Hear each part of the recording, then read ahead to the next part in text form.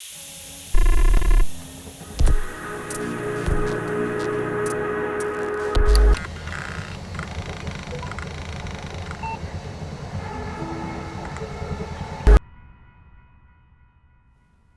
there, welcome to our newest tutorial series here from Vizlab Studios. I'm Andreas, I'm the lead artist at Vizlab Studios. Yannick, will you just introduce yourself?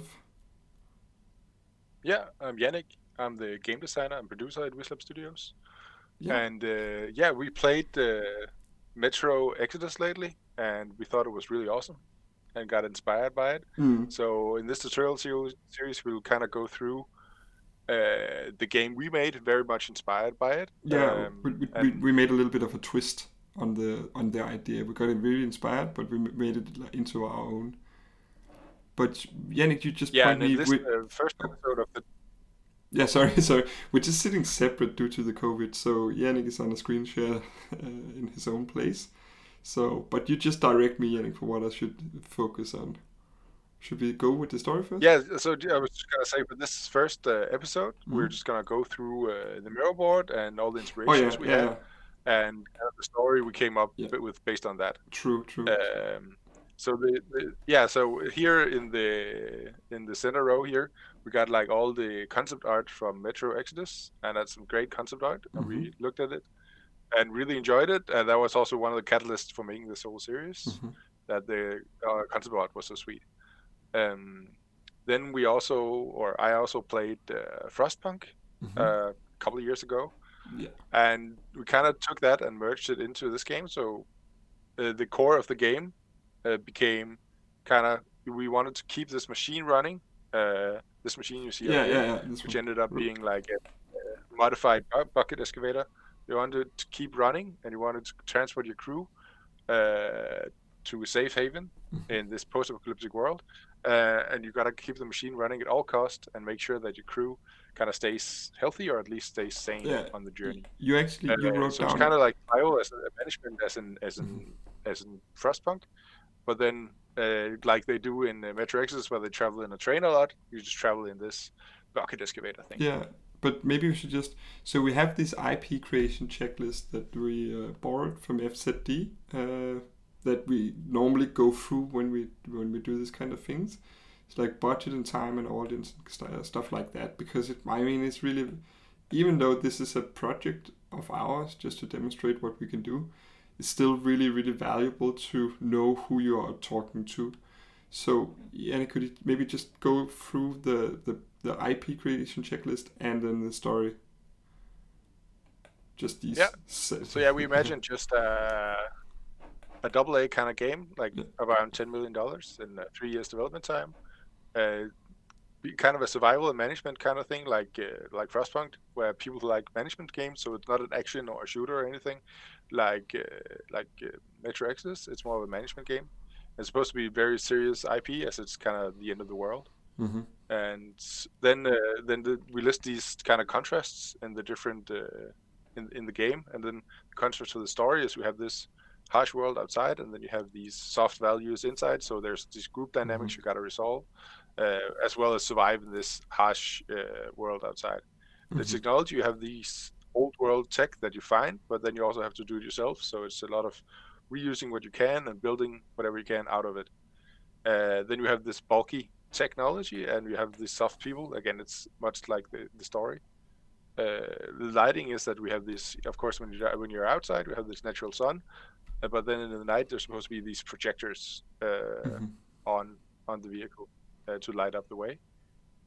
Character-wise, we have some families. So we have someone who wants to protect their kids, and then we have some hardened survivors who just want to do whatever they can to survive. And then, of course, that's going to create a lot of conflict. And then we have these huge machines versus these small people. Then we also have this emotional contrast of you have to kind of keep this machine running at all costs, versus kind of crew sanity. So how far can you push your people while still keeping the machine running? So you don't want either to break. And then it's supposed to be this, you have this protective shell of a home that you live in while still surviving this harsh world. So there's these, again, two contrasts. Yeah. So the kind of one-liner here is that you search the scorched earth for a livable area while maintaining fueling, and keeping safe your traveling home, a refurbished bucket wheel excavator. And for those people who don't know what a bucket wheel excavator is, it's this ginormous thing that dig out coal both in Siberia and Germany, all around the world. They're just like enormously massive machine, and a lot of good YouTube videos. Yeah, on them as like well. a giant tank with a giant, with a giant wheel full of buckets. Yeah, That so kinda we, just we takes imagine out that thing everything. with just the bucket wheel stuff broken off, so it's sort of like just a skeleton, like the base of that is crawling around. So that's the basic of that. So that's what you put up. You put up this IP creation checklist and all the setting story. So the reason why, like, even though this is just images that we output at the end, the reason why we put all of this together is that everything in the image should reflect this background story. So this becomes more like a checklist for the finished image to always check her up against the backstory. So hopefully in the finished image, it should really stand clear, like all this effort that we put into the backstory, all these thoughts that goes into all the, as you say, the verses up here, like bulky tech versus soft people, like hard versus soft, all this stuff, harsh versus protective as well. So we put a lot of effort into this for it to shine through at the end as well. Yeah, so the story is just to shortly go through it. That the climate has gone crazy because of humanity's indifference, and most of Earth has become inhabitable. All the rich people have left Earth for colonies in space, and all the people on Earth have mostly died away. But there is still possible to live in like the cradle of life in Central Africa. So some people from Russia have gathered together to refurbish this bucket wheel excavator and are traveling towards Africa. So the overall goal of the game is to get from Jakutsk in Russia to Mwanza in Tanzania, about 16,000 kilometers, and they're supposed to just, like, the overall goal is to just stay alive and keep the machine running while you're kind of making repairs, making sure people are okay, making sure to scavenge resources and food along the way. And then I just came up with some example tasks as well here, just that they have the spare machine, then to upgrade it, pick up survivors. They have these constant choices like they do in Frostpunk. Instead of in Frostpunk, where it's just this static place where you send out missions, you just have this traveling place where you kind of go for missions. Yeah. So yeah, that's kind of the story we came up with based on unholy mix between the two games. Yeah, and then here is also kind of a mood board where we found a lot of inspirational images. Yeah, and I don't know if you want to take that part, Andreas. Yeah. So I guess it's quite good that you gave the introduction to the thinking part, and while Yannick was doing a lot of that stuff, I more dived into the look and feel of how this should be. So a lot of this was like a springboard for me to know what I was looking for. So of course, the bucket wheel excavator. I think we also found a YouTube video with a walking bucket wheel excavator. That combined with the Metro, we have to do something about this. So I found a lot of these like desolated tech with this tundra kind of feel to it, like weird houses that looks more like Howl's Moving Castle and stuff like that.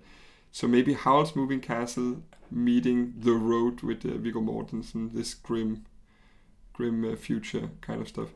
So this is very much an organization of thoughts and references, so that I know what to dive into, like visually, once I get going with the image.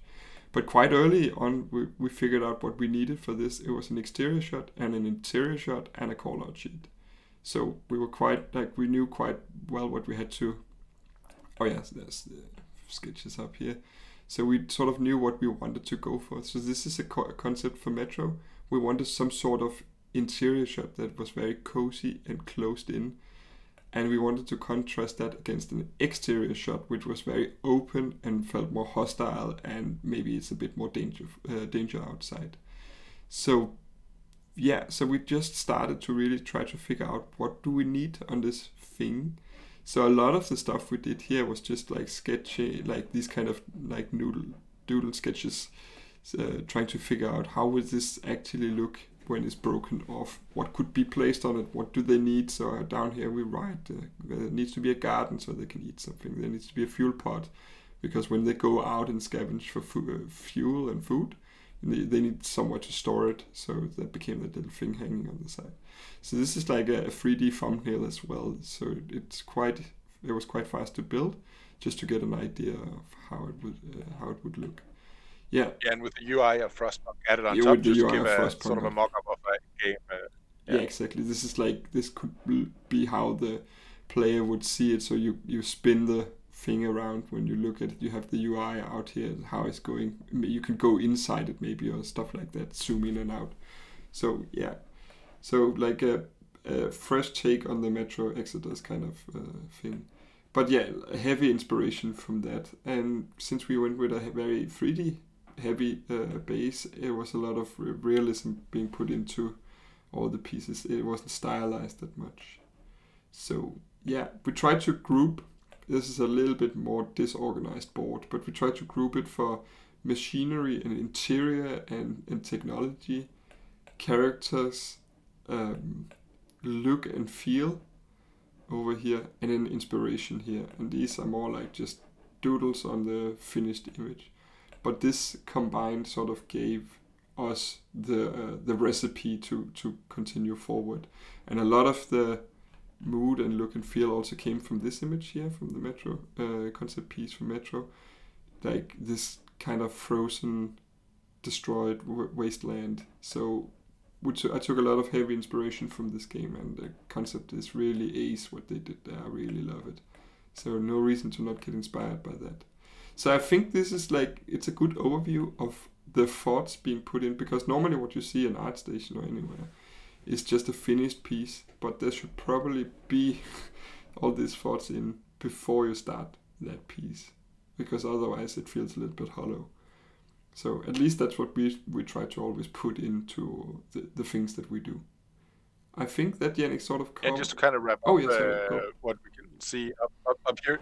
Yeah, in the corner, one of the things we also was really inspired by was when we researched some of the machineries, was this kind of messy interior machinery, and then we looked at some submarines and some other heavy machinery where they have these close quarters where people are kind of cramped together, and we really like that as a part of the contrast for the big outdoor machine, and then cramped living spaces where all the people had to sit close together while they're kind of alone in the world traveling towards their safe haven.